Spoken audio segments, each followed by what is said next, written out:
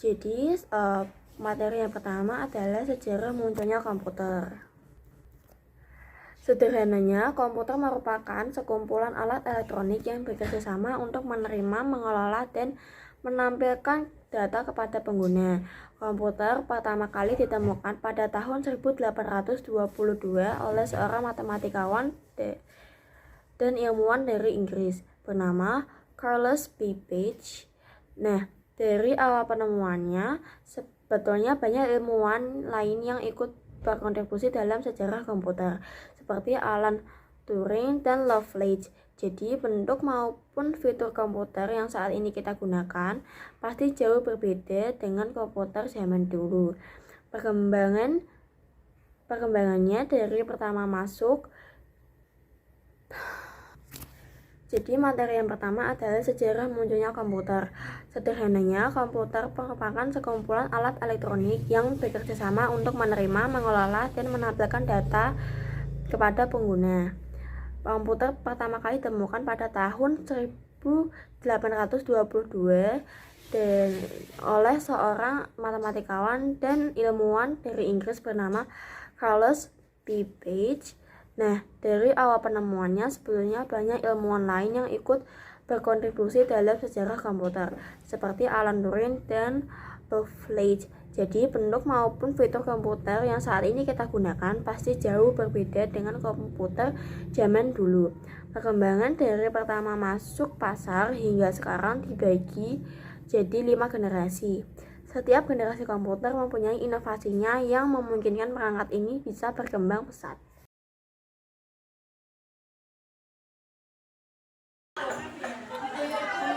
Pertama pada 1940 hingga 1956. Perangkat yang pertama ini ternyata dikembangkan untuk desain peluru, kendali, dan pesawat.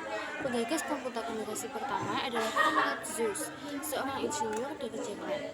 Komputer ini memanfaatkan tabung hampa udara, sirkuit, dan drum magnetik sebagai memori. Komputer generasi pertama ini dikenal dengan sangat mahal dan besar. Besarnya hingga bisa melewati seluruh ruangan. Contohnya ENIAC, komputer pertama di dunia yang memiliki tinggi 2,4 meter, panjang 30 meter, dan berat 30 ton. Komputer generasi ini juga mengandalkan PC language, teknik level bahasa pemrograman paling rendah yang dimengerti komputer. Bahasa pemrograman ini hanya dapat menyelesaikan satu perhitungan setiap waktu, dan untuk menyetel perhitungan baru membutuhkan waktu berhari-hari atau bahkan berminggu-minggu.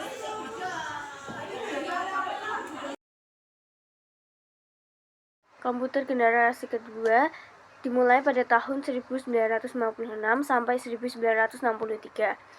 Ditemukan transistor pada masa ini mengubah tampilan komputer generasi pertama.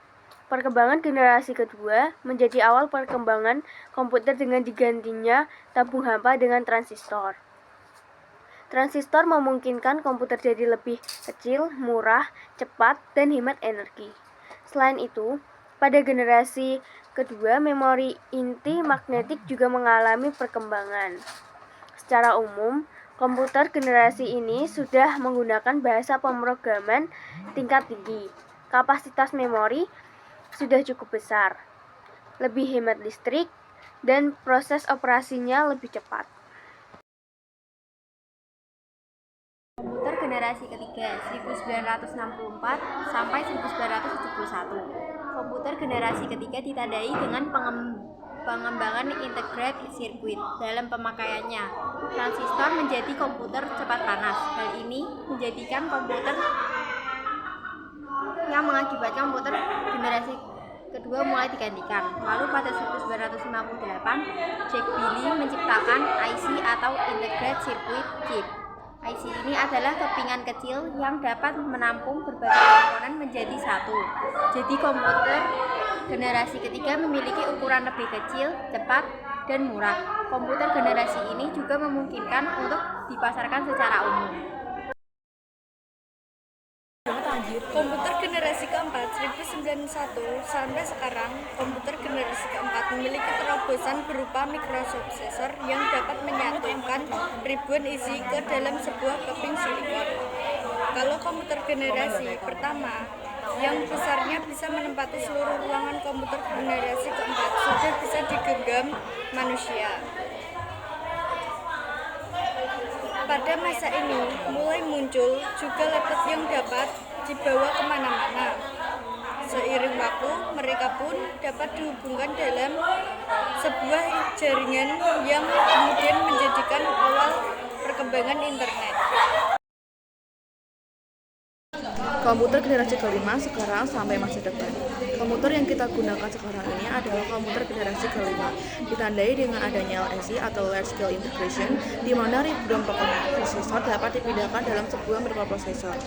Komputer ini juga ditandai dengan kemunculan semikonduktor. Penggunaan nanoteknologi dan komputer kuantum juga akan merubah penampilan komputer yang kita kenal sebelumnya. Komputer generasi kelima dikembangkan untuk bisa merespons suara bahasa dan mampu belajar secara sadar. Assalamualaikum warahmatullahi wabarakatuh. Saya Desa Nulandari, absen 13. Di sini saya akan memberikan contoh perangkat keras komputer, yaitu speaker. Speaker adalah suatu perangkat yang dapat menghasilkan suara dari hasil gelombang listrik menjadi gelombang getaran. Speaker sendiri memiliki fungsi utama, yaitu untuk mengeraskan suara.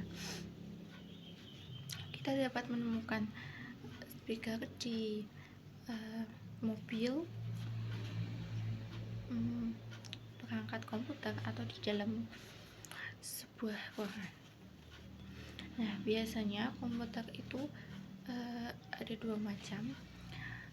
Ada yang membutuhkan kabel untuk menyambungkan kepada perangkat komputer, dan ada juga yang tidak membutuhkan kabel dan kita hanya membutuhkan Bluetooth handphone atau komputer atau laptop untuk menyambungkan speaker tersebut. Nah, di sini ada contoh speaker yang membutuhkan kabel untuk menyambungkannya. Nah, nanti disambungkan ke komputer atau perangkat lainnya.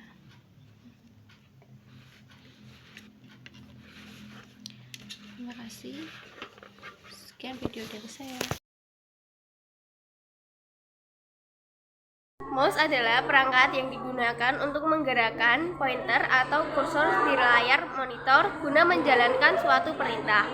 Fungsi dari mouse adalah memberikan perintah ke komputer dengan cara menggerakkan mouse di permukaan khusus untuk mouse komputer atau mousepad, menunjukkan letak kursor di layar monitor, melakukan scrolling layar guna melihat seluruh bagian dalam program yang sedang dibuka dengan cara menggeser roda scroll.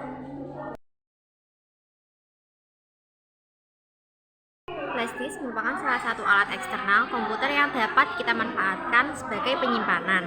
Flash disk berfungsi untuk penyimpanan, pencadangan data, serta transfer file antar perangkat.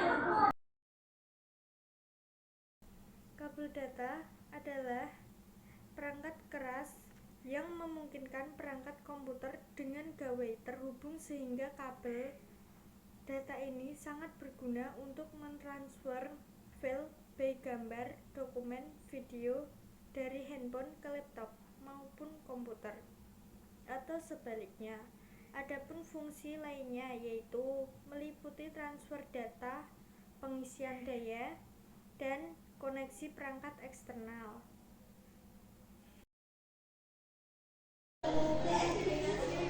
Headphone adalah aksesoris yang berfungsi untuk mendengarkan audio tanpa adanya mikrofon. Jadi, kamu tidak dapat menggunakannya untuk berkomunikasi. Bentuk alat audio satu ini biasanya mengikuti lengkungan kepala dan lengkap dengan bantalan penutup telinga yang cukup besar. perangkat ini memiliki fungsi untuk mendengarkan audio secara pribadi. Terdapat juga fungsi khusus headphone, yakni dapat memberikan kualitas suara yang bagus. Serta jelas headphone tersedia dalam dua jenis, yaitu headphone open back dan close back. Selanjutnya ada CD. Ini adalah bentuk dari CD. CD atau compact disc adalah perangkat pemrosesan data yang berfungsi membaca sekaligus membranding data berupa file dokumen, foto, audio, hingga video ke CD. Fungsi dari CD adalah untuk membaca data. Umumnya digunakan untuk membaca data yang tersimpan di CD tersebut. Kemudian, selain membaca data, CD berfungsi untuk memproses penyimpanan data dari komputer ke CD. Selanjutnya, CD berfungsi untuk memproses penginstalan software tertentu, seperti menginstal aplikasi Microsoft Office, Adobe Photoshop, Windows, dan sebagainya.